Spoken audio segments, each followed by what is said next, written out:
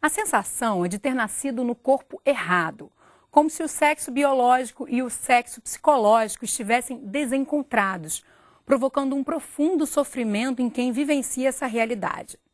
Hoje o Ligado em Saúde discute a transexualidade. Em 2008, o Brasil deu um grande passo ao incluir entre os procedimentos realizados pelo Sistema Único de Saúde o processo transexualizador, que inclui a transformação do órgão sexual masculino em feminino. Mas o número de atendimentos ainda é pequeno diante da grande demanda. De que forma a saúde pública poderia acolher melhor esses cidadãos? E quais direitos sociais ainda precisam ser conquistados? São algumas das questões que vamos discutir no Ligado em Saúde de hoje.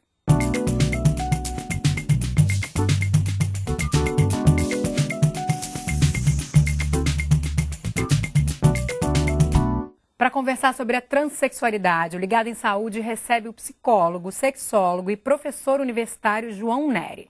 Bem, o João não apenas estuda, como também vivencia a questão. Ele nasceu com um corpo de mulher e foi o primeiro brasileiro a fazer a transformação do sexo feminino para o sexo masculino. Eu vou começar te perguntando justamente, eu falo no início do programa, eu defino, eu explico como sendo uma sensação de ter nascido num corpo errado, né? É mais ou menos por aí, quero que você comente e que você defina com as suas palavras como é que era a sua sensação em relação ao corpo. A transexualidade se define por essa incompatibilidade entre o corpo que você nasceu, né, o corpo biológico ou genético, enfim, com o seu sexo psicológico, a sua identidade de gênero também. Porque a sociedade, antes de você nascer, quando a mãe faz a ultrassonografia e vê que vai ser uma menina ou um menino, já escolhe o nome, já escolhe a cor do enxoval, já escolhe os brinquedos, você já nasce operado. E a primeira cirurgia já é quando você nasce. Você é obrigado a acatar todos aqueles valores, todos aqueles brinquedos, todo aquele nome, aquelas cores, e aí de você se sair daquela norma. Porque na nossa cultura só pode ter homem e mulher. E a sexualidade é uma linha muito longa, né? A gente tem várias sexualidades sem ser homem e mulher. E qual é o sentimento? Desde que eu comecei a usar a palavra eu já me senti um menino. E quando me tratavam como ela, eu corrigia, claro, mentalmente, para ele, e corrigia o diário da minha irmã, que estava escrito, tudo estava escrito em ela, eu corrigia para ele, depois mais tarde. E foi uma coisa muito complicada, porque eu achei que primeiro o mundo estava errado e eu é que estava certo. Depois é que eu fui ver que não era bem assim. Eu é que não estava me encaixando nos valores que já tinham pré-determinados para mim. Tem muita gente que confunde, né, a transexualidade com homossexualidade, com travesti, até com hermafrodita, fazem uma confusão geral. Define pra gente essa diferença, explica qual é a diferença de uma forma objetiva. Primeiro, a diferença é o sexo genital, né, o biológico, do sexo psicológico, a identidade, como a gente chama de gênero. O transexual e a travesti, né, que seria uma transexual não operada, vamos dizer assim, né? Todas as duas identidades é uma questão de identidade de gênero, de sexo psicológico, né? Elas, no caso, se sentem mulheres, elas se veem como mulheres, elas querem ser tratadas como mulheres, elas se vestem e se hormonizam para se tornarem mulheres. Não necessariamente se operam. Isso são as transexuais, os travestis. Os homossexuais, né? As lésbicas, os gays, né? É uma questão de orientação sexual. Não há nenhum problema, nenhuma defasagem, nenhum antagonismo entre o sexo psicológico e o corpo. Eles gostam do corpo que têm. Apenas optaram, ou enfim, escolheram se apaixonar por pessoas do mesmo sexo. O transexual é diferente porque, como já falamos, o sexo psicológico não combina com o corpo. Agora, tem muito transexual que não quer se operar. Tem muito transexual que, depois que se opera, depende, vamos dizer, de homem para mulher, né? e depois como mulher, continua desejando mulheres. Quer dizer, pode ser uma Pode ser um pessoa transgay. transexual ou homossexual. Pode, que a gente chama transgay, pode ser um transbi, pode ser tudo. A orientação sexual é uma questão de opção, de gosto. Os casos de intersexo, porque a palavra hermafroditismo também não se usa mais, né? Porque é uma questão mitológica, o hermafrodita. O intersexo seria uma pessoa que nasce com... nunca nasce com os dois sexos ao mesmo tempo completos. Né? Normalmente é uma pessoa estéril e que nasce com uma predominância... Uma mistura ali, de alguma forma. Uma predominância de um sexo ao outro, que aliás é uma coisa que eu gostaria de alertar, é que parassem de operar as crianças que nascem como intersexo, assim que nascem. Porque isso deve ser uma opção que a pessoa deve escolher o gênero quando ela for um pouco maior. A gente tem dados aqui da Organização Mundial da Saúde de que a cada 30 mil homens nascidos com corpo de homens, né, um desenvolve então, ou enfim, nasce vivenciando essa transexualidade. E no caso das mulheres, a cada 100 mil, uma então traz essas características. Quer dizer, é mais difícil de se ver. Ou pelo menos tem menos visibilidade. Até nisso a mulher perde. A mulher, sempre a mulher foi mais invisível durante toda a história da humanidade, talvez com exceção lá para o século V ou VI antes de Cristo. Enfim, houve um matriarcado e tal, mas a mulher sempre foi invisível, ou melhor, só visível enquanto para a maternidade, só visível enquanto um ser para a reprodução. Então, no momento em que você desafia a reprodução, né, pode ser uma mulher heterossexual. Se ela optar por não ter filhos, ela vai pagar um preço social muito grande. Agora, mas eu trouxe essa questão para a gente ouvir o depoimento da Marisol. Ela foi operada, fez isso pelo SUS. Eu quero que vocês conheçam a história dela. Vamos ver. Foram 4 anos esperando. E em 2005, Marisol, de 35 anos, conseguiu fazer a operação reconstrutora genital no Hospital Universitário Pedro Ernesto, na UERJ. Marisol, 4 anos na fila, mas o desejo já vinha de antes? Com certeza, a partir da infância, né? Assim que eu comecei a me entender por gente, aos 4, 5 anos, eu achava que era uma mulher. Só achava diferente o corpo, que era... Mas você já se identificava como mulher? Aham. Que eu ficava perguntando para minha mamãe por que eu era daquele jeito e as minhas irmãs não eram. Aí eu fui crescendo, aí eu achava aquilo que era errado, né? Era porque já que tinha nascido daquele jeito, entendeu? Eu tinha que procurar seguir o padrão. Eu não tinha muita informação, como eu morava no Nordeste da roça, não tinha muita informação sobre isso. Aí foi na época que eu vim para o Rio, aos 18 anos, começou a transformar aos poucos. Não era uma coisa bem definida, era uma coisa indefinida. Eu não sabia, as pessoas não sabiam se eu era uma coisa ou sabia se era outra. Aliás, às vezes até as pessoas confundiam, como se fosse uma mulher que gostava de outra. E era o contrário. Desde o início você já tinha o desejo de fazer essa operação? Eu precisava disso. Um desejo, e eu precisava disso. Porque não via um outro lado. Para mim sempre era esse lado, entendeu? Até em questão de namorar, eu não namorava por isso. Entendeu? Eu comecei a namorar praticamente aos 25 anos de idade. Eu adiei a minha escola, que eu não queria estudar por causa do nome, que causava constrangimento. E meus cursos de televisão que eu fazia, cursos de teatro fazia, que às vezes não encaixava um perfil para mim por causa disso. Tinha muito preconceito ali dentro mesmo. Por isso que eu falo que eu sou um pouco adolescente, porque a minha adolescência começou a partir do momento que essa cirurgia aconteceu. Eu acho que essas coisas não tem palavra para explicar assim, porque tu é uma coisa, depois quando tu acorda já está aquilo que tinha que ser seu mesmo, e você conseguir, você vê que lutou, praticamente esperou a vida toda, 31 anos para fazer isso, e com isso eu consegui. Eu ganhei em mim, praticamente em mim, a minha segurança, que eu era muito insegura. O nome você ainda não conseguiu mudar? Não, tá em justiça, né? E o que é ser mulher para você, Marisol? Ser mulher é uma dádiva, só sabe quem é. Muito bom, né? Ótimo. Muito bom. Agora, é muito bom que ela fala, né? Eu pergunto, esse desejo, ela fala, não é um desejo, é uma necessidade. A maioria como ela, por exemplo, retarda o convívio sexual, a relação sexual, Exatamente. porque tem vergonha do seu corpo, porque se despir é difícil, porque o corpo, em vez de seduzir como ela gostaria, até pode seduzir de maneira inversa, né? Que para ela não é nada agradável. Então, tem essa noção de que o transexual é assexuado, mas não é, não.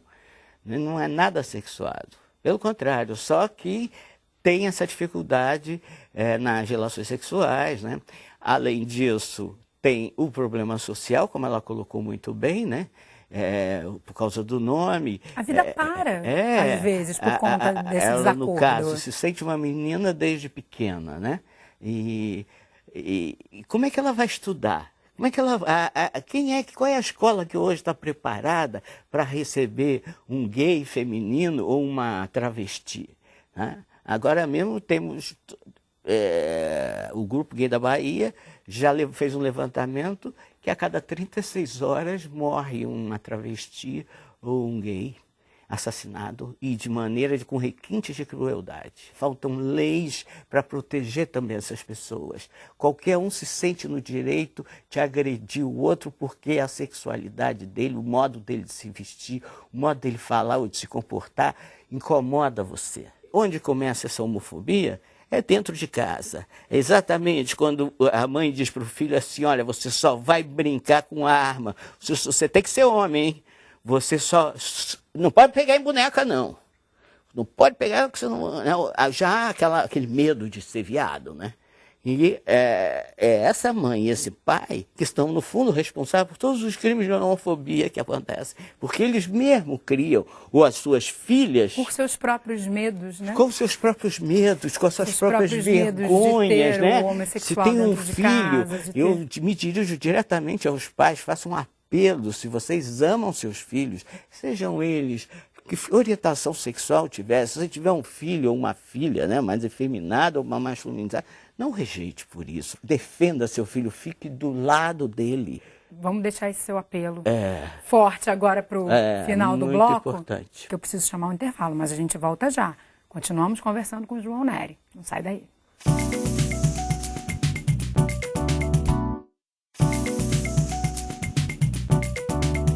O Ligado em Saúde está de volta hoje discutindo a transexualidade com o psicólogo e sexólogo João Nery. Ele nasceu com o corpo de uma mulher e foi o primeiro brasileiro a fazer uma cirurgia para a transformação do sexo feminino em sexo masculino. João, vamos continuar. Vamos. Quero trazer mais algumas questões do depoimento que a gente ouviu da Marisol.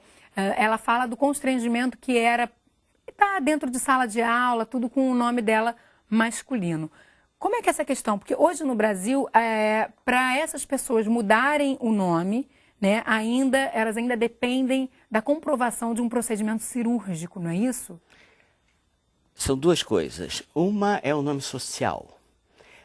O transexual e a travesti podem ter acesso ao nome social, sem necessidade da cirurgia. Podem tirar uma carteira onde constará o nome social dela ou dele, e atrás o nome de batismo. Agora, a cirurgia é um processo que demora 2 anos. Porque existe um acompanhamento de uma equipe. Deveria existir uma equipe completa, o que não ocorre em todos os centros de atendimento, né? Que seria um endocrinologista, um cirurgião, um assistente social, um psicólogo, um psiquiatra, para poder dar o laudo de transexual. Sem esse laudo, o transexual, como ele é um doente mental, como ele é uma patologia, ele precisa desse laudo para se operar. Pois é, essa é uma outra polêmica em torno do assunto, né? Ainda é visto como uma patologia, como uma doença inclusive mental, com o nome de transtorno de identidade de gênero. Por um lado, esse transtorno, né, a identificação como sendo um transtorno é o que permite a entrada dessas pessoas no SUS, no sentido de poderem fazer suas cirurgias. Por outro, caracteriza como sendo uma patologia, uma doença, pessoas doentes. Claro, para você se operar, você tem que assumir que você é doente. Nós temos 4 centros de atendimento do SUS no Brasil. Porto Alegre, no Rio de Janeiro, em Goiânia e São Paulo. Agora, a cirurgia não lhe garante a mudança de nome e de gênero, e de sexo, vamos dizer assim, né? De gênero. Então, o que acontece? A pessoa se opera, vira homem, como no meu caso, né? Ou vira mulher, e continua com a identidade de nascimento. Aí você tem que entrar na justiça. Aí tem que entrar com um processo na justiça, né? Que normalmente, como a justiça brasileira é muito lenta, demora anos, então a pessoa fica anos sem conseguir trabalhar ou sendo humilhada socialmente por causa daquele documento já operada. Eu quero aproveitar para trazer a sua história, João. Você hoje tem um nome masculino, mas você não fez essa mudança o meu caso judicialmente. É um pouco diferente do atual, porque quando eu me operei em 1977, a cirurgia não era legalizada, não havia SUS, estávamos em plena ditadura, né? Eu sou o pioneiro dessa história, então eu nem podia entrar na justiça se eu quisesse, porque nem se falava em transexual. Eu era psicólogo, eu era professor em 3 universidades, eu tinha um consultório de psicologia e eu era mestrando, fazia mestrado na Universidade Gama Filho. E aí, quando eu resolvi me operar, eu pedi demissão de todas as faculdades, enfim, né? E me operei de uma forma por baixo dos panos, como se diz, né? Graças à ajuda de profissionais que resolveram ter um pouco de humanidade, mas em clínicas também que eu não podia permanecer muito tempo. No meu livro eu descrevo tudo que está em detalhes. Né, O livro é Viagem Solitária, Memórias de um Transsexual 30 anos depois. Exatamente. Livro escrito por João Nery, onde ele conta toda a sua história. Uma parte dela você está conhecendo aqui, uma pequena parte. João, mas você então perdeu esse histórico escolar e passou por muitos problemas para poder sobreviver, porque você não podia mais trabalhar como psicólogo. E aí o que eu fiz? Como é que eu ia sobreviver com um nome feminino? Aí eu fui no cartório e me registrei novamente com um nome masculino. Eu não mudei o meu nome feminino para o masculino. Não havia essa possibilidade. Então eu tirei um nome masculino para eu poder me articular socialmente, né? Poder trabalhar. Mas com esse novo nome eu virei um analfabeto. E aí eu fui ser pedreiro, eu fui ser pintor de parede, eu fui ser chofer de táxi, eu fui ser vendedor de tudo que você possa imaginar. Há um problema aí também, né? Ainda que essa pessoa seja operada, depois ela volta, retorna então para esse convívio social, volta a depender, claro, como todo cidadão, desse SUS, que não tem muitas vezes profissionais preparados para lidar com suas questões, ainda que não sejam questões relacionadas ao órgão sexual. A gente fez um programa aqui uma vez e a queixa era justamente essa. Olha, às vezes eu vou num dentista ou eu vou, enfim, qualquer outra especialidade que não tenha a ver com o meu órgão sexual e eles me dizem, eu não sei tratar disso aqui, porque você é transexual. Ou imagina, né, pior ainda quando é alguma coisa desse tipo, um ginecologista que tem que tratar de uma mulher que fez a transformação, enfim. Exatamente. Então, deve ser um problema seríssimo para quem enfrenta. Não, praticamente não existem profissionais na área de saúde, não só na área de saúde, né? Em outras áreas também, mas aqui vamos nos deter mais à saúde, que estejam preparados para atender casos de transexuais, até de homossexuais, de travestis, enfim, dos transgêneros. Mas o que você percebe como sendo um caminho, uma saída para isso? O que você sugeriria? Eu acho que deveria se dar cursos de formação. Primeiro, eu acho que a cadeira de gênero deveria entrar em todas as faculdades de ciências humanas, que não existe essa cadeira. Em algumas faculdades já está se criando um curso de pós-graduação ou como cadeiras opcionais, alternativas, mas não fazendo parte obrigatória do currículo das universidades, sobretudo nas áreas humanas, né? Eu acho que seria fundamental você ensinar ao profissional a respeitar a diversidade. Eu não terminei as cirurgias, né? Porque, como a maioria, faz a mastectomia, que é a retirada das mamas, né? Faz a esterectomia, que é a retirada dos órgãos reprodutores internos, e para por aí. Porque, tirando as mamas, o acesso social, um alívio, né? Tirando os órgãos internos, deixa de se produzir o estrogênio, né? E passa a se tomar testosterona. E isso é para a vida toda? Claro, o hormônio você não pode brincar.